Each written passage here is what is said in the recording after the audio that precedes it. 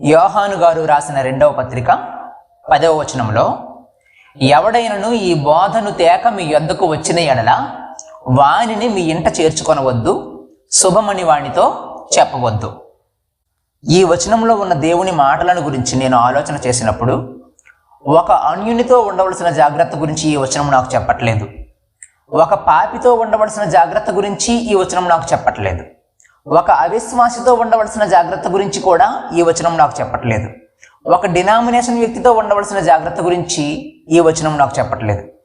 ఎవరి గురించి జాగ్రత్తగా ఉండమని ఈ వచనం చెప్తుందంటే, సత్యము చెబుతున్నట్టుగా ప్రజలను నమ్మిస్తూ అసత్యములో ప్రవర్తించే కొంతమంది బోధకుల విషయంలో జాగ్రత్తగా ఉండమని ఈ వచనం చెప్తుంది.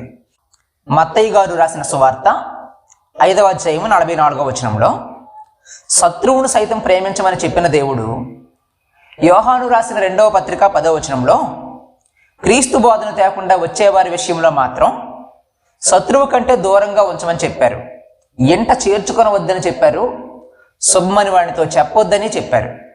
ఈ వాక్యాన్ని పాటించే వాళ్ళను ప్రేమ లేని వాళ్ళని చెప్పి కొంతమంది తమ స్వార్థ ప్రయోజనాల కోసం వక్రీకరిస్తున్నా, దేవా, నా ఆత్మీయ జీవితమును క్షేమముగా ఉంచుకున్నట్టు కొరకు నేను కొంతమంది బోధకులకు దూరముగా ఉండేలా నాకు ఇబ్బంది కలిగినా సరే వాక్యానుసారంగా నిర్ణయాలు తీసుకోవాలి.